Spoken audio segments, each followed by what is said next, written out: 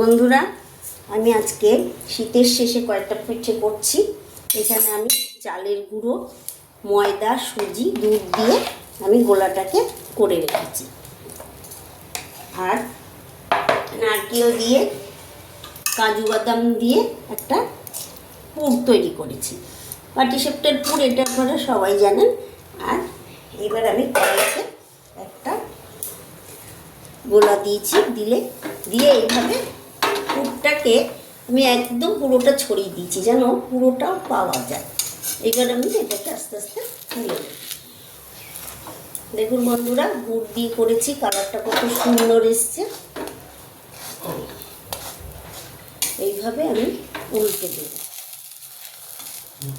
মনে হলো শীতের শেষ, তাই কয়েকটা পিঠে এবছরের জন্য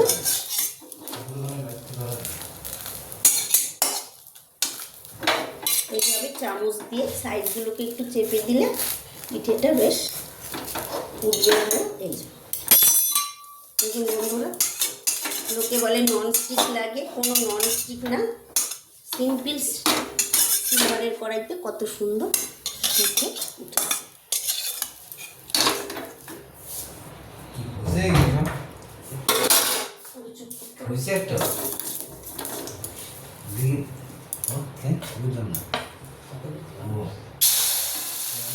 আরেকটা করছি এইভাবে, ঠিক একইভাবে এইভাবে একটু ঘুরিয়ে নিলে গোলাটা কম বড় হলো, ব্যাস।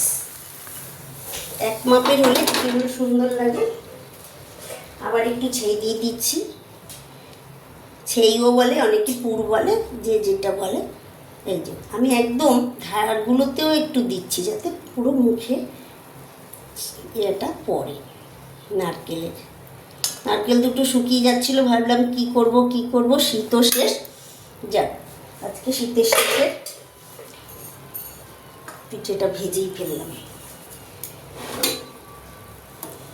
দেখুন বন্ধুরা, কি সুন্দর সিলভারের কড়াইতেই উঠছে, কি সুন্দর।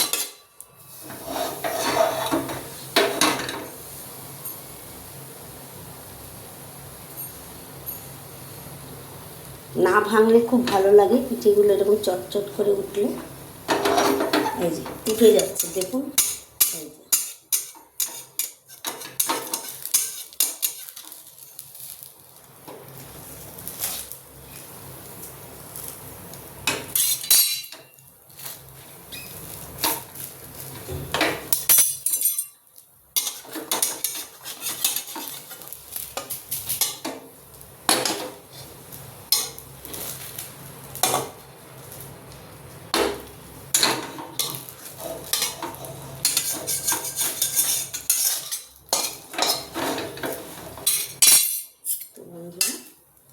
এইভাবে পিঠেগুলোকে আমি সব ভেজে নিয়ে আসছি।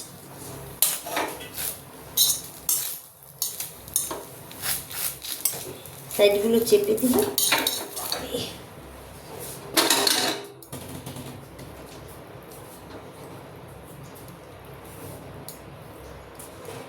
আমার পাটিসাপটা পিঠে রেডি।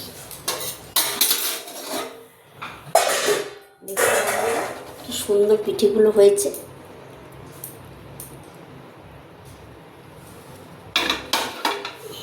আমার পাটিসাপটা পিঠে অলমোস্ট হয়ে গেছে।